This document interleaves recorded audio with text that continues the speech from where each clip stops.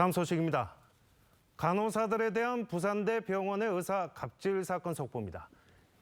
이 병원에선 4년 전 전공의 폭행 사건 이후 인권위 권고에 따라 이른바 한라인 제도란 걸 만들었습니다. 그런데 병원장에게 피해 사실을 직접 알리라고 만든 이 제도 있으나 마나였습니다.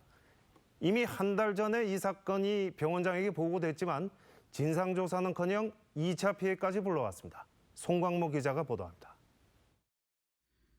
지난 5월 초 부산대병원 중앙수술실, 집도하던 A 교수가 간호사들에게 메스를 던지고 폭언을 했다는 사실이 알려졌습니다. 피해를 호소한 간호사만 5명. A 교수가 수술용 칼을 표창처럼 던졌고 모욕적인 발언도 서슴지 않았다고 진술했습니다.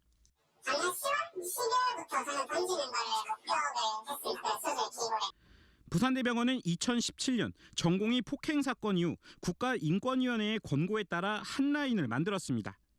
병원장 등 제한된 사람에게 피해 신고를 할 수 있도록 한 건데 상하 관계가 뚜렷한 병원에서 부하 직원들이 마음 편히 신고할 수 있도록 한 취지였습니다. 하지만 있으나 마나였습니다. 이번 사건은 발생 2주 뒤 병원장에게 직접 보고됐지만 진상조사는 없었습니다. 심지어 가해자와 피해자가 한 공간에서 업무를 하며 2차 피해로까지 이어졌습니다.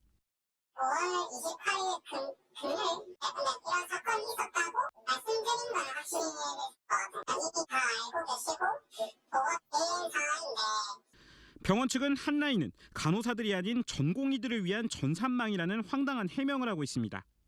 전공의 폭행 사건 이후 달라지겠다던 부산대병원의 약속은 말뿐이었던 겁니다. 인권 문제와 관련해서 그리고 괴롭힘 문제와 관련해서는 징계에서 어떤 처벌이 내려지는가가 구성원들의 행동 지침이 되는 겁니다. 전적으로 동의하는 바입니다. 그래서 저희들도 지금 인권센터를 운영 중이고 직원들 교육을 통해서 부산대병원 고충처리위원회에는 지난 5년간 43건의 사건이 접수됐는데 33건이 의사와 간호사, 직원 사이의 폭언, 갑질 내용이었습니다.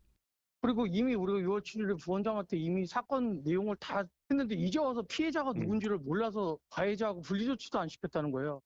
부산대병원은 뒤늦게 감사실을 통해 진상조사에 들어갔습니다.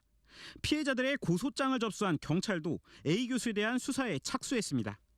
MBC 뉴스 송광모입니다.